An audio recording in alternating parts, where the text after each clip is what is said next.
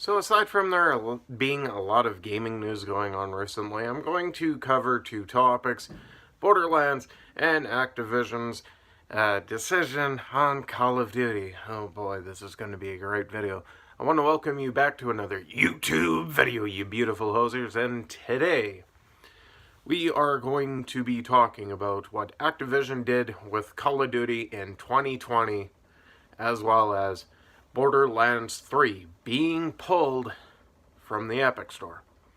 But we're going to start off with the Epic Store one first here. They did pull it, yes. However, it's not a permanent thing. It will be coming back. They have stated that it's coming back. They're going to honor the copies sold there for a lower price.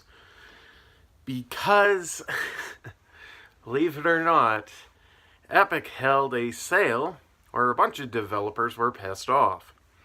Now, what the sale was is they were selling games cheaper than the regular retail value by 10% for games that haven't come out yet.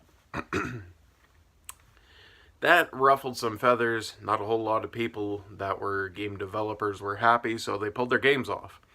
The only one that I've heard of so far that said they're putting their game back on there will be 2K's Borderlands 3, which also known as Gearbox's Borderlands 3 because Gearbox is the one who actually makes the game. 2K's only the publisher. But anyways, aside from that, they said it will be going back. They will be honoring the price. It just came as a surprise to them that it was already being put on sale. So apparently nobody actually told them that it was going to be going on sale. So they forced everybody to pull their game. That's not exactly good communication skills for somebody who's trying to get their stuff off of the road, so to speak. But other than that, because that's all I can say about that, jumping over to Call of Duty for 2020. As we know, they used to have 3-year dev cycles.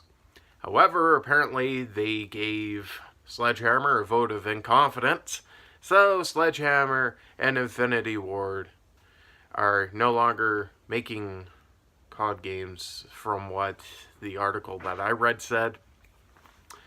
Just take it with a grain of salt, because not every time Kotaku posts an article or GameSpot, it's always 100% correct, so take it with a grain of salt.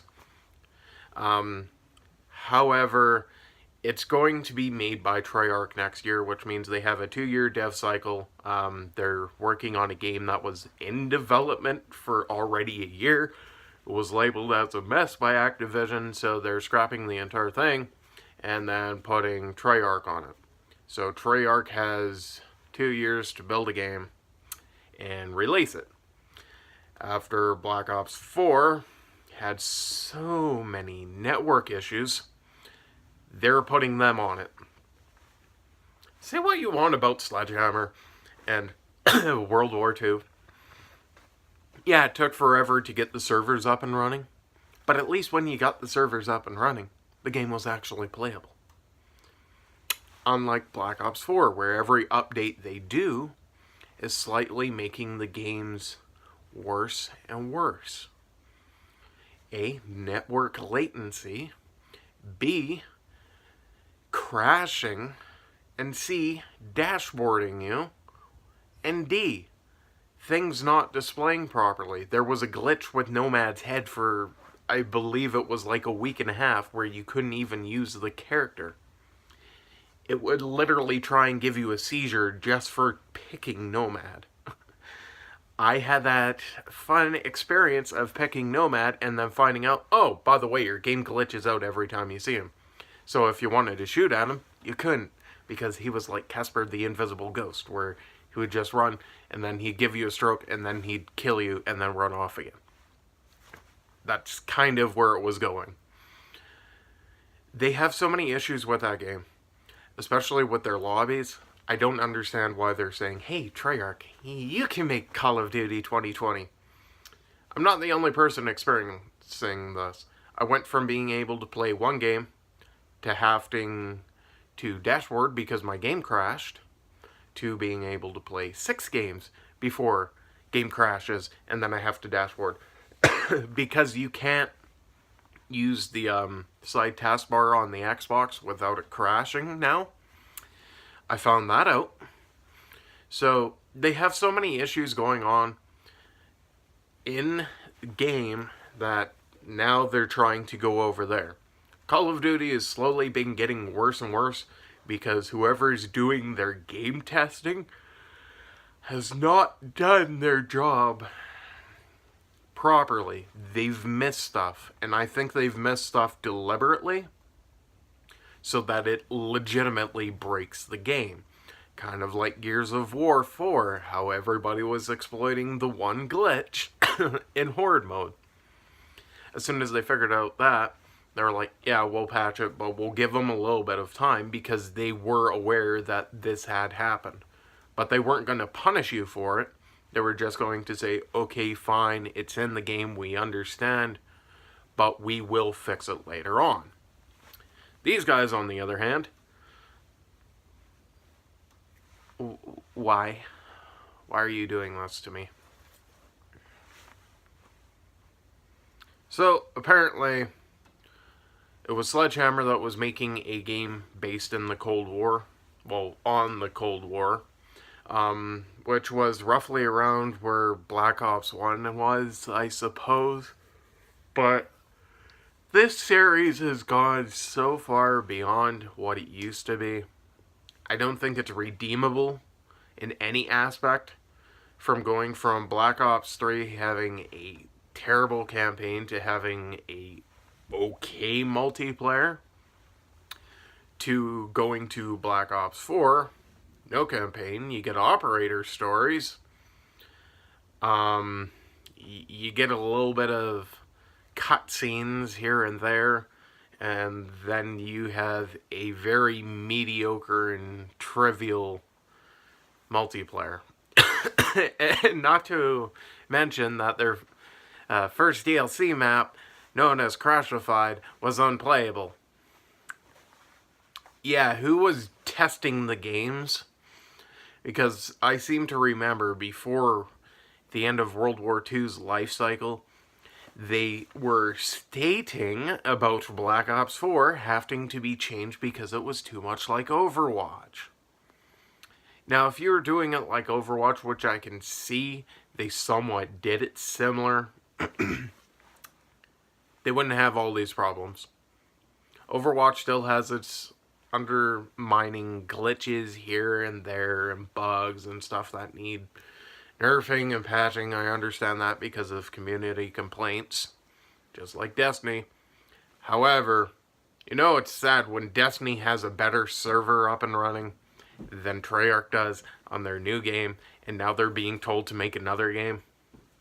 Is it like trial and error? If at first you don't succeed, it's not, oh, just give up. It's like, nah, you can ruin the franchise again. I don't understand it. Black Ops 4 is not the best game. It's not the greatest game, but it's definitely not the worst. It just has too many issues. So, question really is, until somebody actually sees what Sledgehammer was doing themselves, you can't really judge the book by its cover, so to speak. It's just like Infinity Ward. Their game hasn't even come out yet. And they're being told, no, every one from here on out is going to be made by Treyarch. Does that mean after 2020 we will no longer be getting COD games every year? Because they won't have the resources to do that? Because there's no longer 3 companies? Or are they just going to, like, literally pull an EA, have the same dev team making the same game over and over and over again? I have never seen so much copy and paste in my life as I'm seeing right now.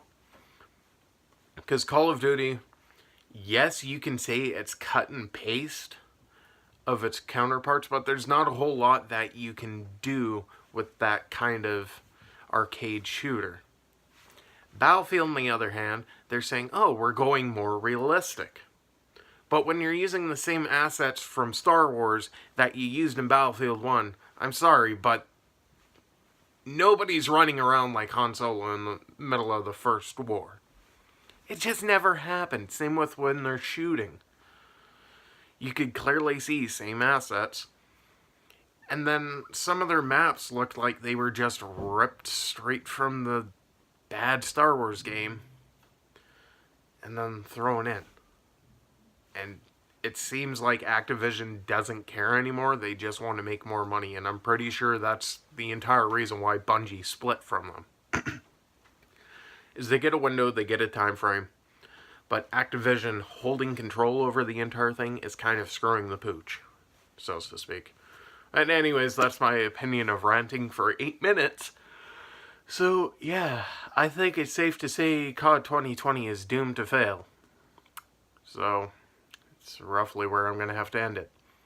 Anyways, I want to thank you guys for watching if you made it this far. I hope you're having a fantastic 2019, and if you're not, I hope it gets better for you sooner rather than later. Peace out, and I shall see you all tomorrow.